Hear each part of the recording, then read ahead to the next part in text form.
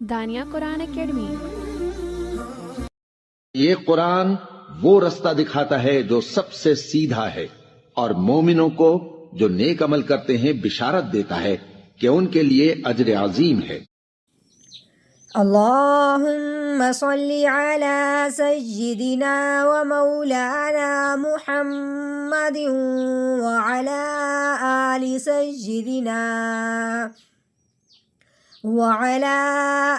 سیدنا و مولانا محمد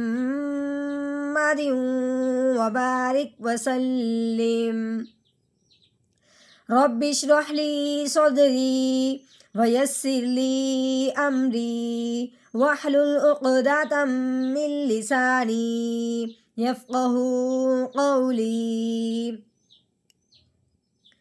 اعوذ باللہ من الشیطان الرجیم، بسم اللہ الرحمن الرحیم۔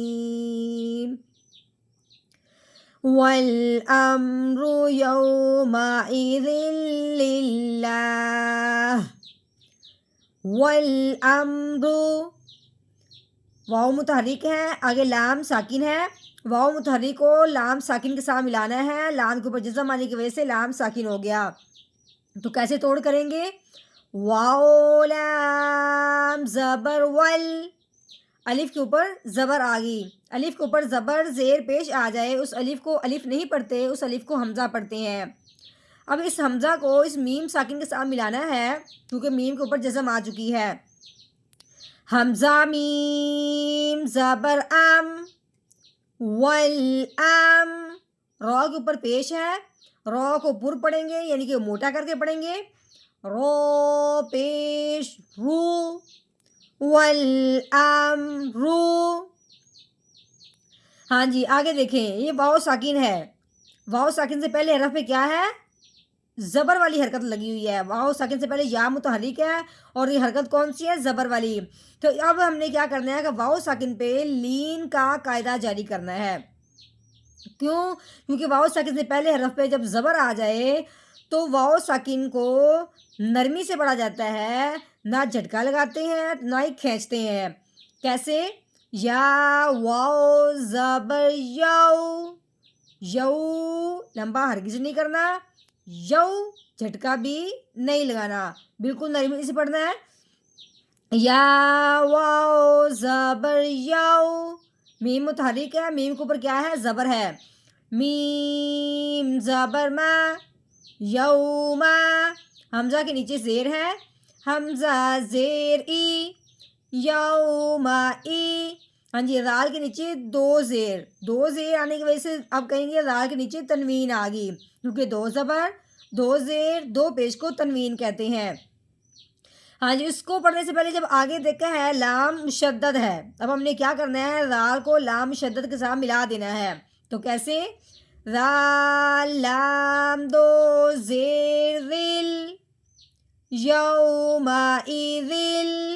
ہاں جی اب ہم نے یہ بات سمجھنی ہے کہ یہ لفظ اللہ جو لکھا ہوا ہے اس کو موٹا کرنا ہے یا باریک کرنا ہے، موٹا کب کرنا ہے، باریک کب کرنا ہے۔ تو یہ سمجھنے سے پہلے یہ دیکھنا ہے کہ لفظ اللہ سے پہلے حرف پہ یہ جو للہ ہے نا، یہ جو پہلا یہ جو لام کے نیچے زیر ہے، یہ لفظ اللہ سے پہلے والا بن رہا ہے، ٹھیک ہے۔ لفظ اللہ سے پہلے حرف پہ کیا ہے؟ زیر ہے، لفظ اللہ سے پہلے حرف کے نیچے کیا ہے؟ زیر ہے۔ اگر لفظ اللہ سے پہلے زیر ہو تو لفظ اللہ کو باریک کر کے پڑھتے ہیں، اگر لفظ اللہ سے پہلے زبر ہو یا پیش ہو تو پھر لفظ اللہ کو موٹا کر کے پڑھتے ہیں۔ اب ہم نے کیا کرنا ہے؟ لفظ اللہ کو باریک کرنا ہے، کیسے؟ لام لام زیل لل، یہ تو ملا دیا، اگر آگے موٹے باریک کا جو حل ہے وہ اب دیکھنا ہے ہم نے۔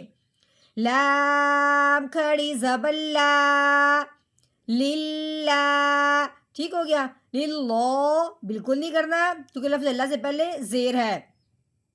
للہ، ہاں کے نیچے زیر والی حرکت ہے، ہا زیر ہی، للہ ہی۔ آگے آ گیا گول دائرہ، یعنی کہ اس کو وقف کہتے ہیں۔ جب یہ گول دائرہ آ جائے، وقف ہو جائے، تو پھر ہم کہتے ہیں کہ آیت مکمل ہو چکی یہاں پہ۔ لیکن جب یہ گول دائرہ آتا ہے، وقف ہوتا ہے، جو آخر والا حرف ہوتا ہے نا، وقف کے ساتھ والا آخر والا حرف، اس کو کیا کرتے ہیں؟ ساکن کر دیتے ہیں۔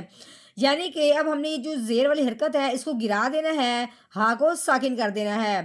ہم نے پڑھا تھا للہ، آگے وقف، للہ، للہ، کیسے پڑھنا ہے؟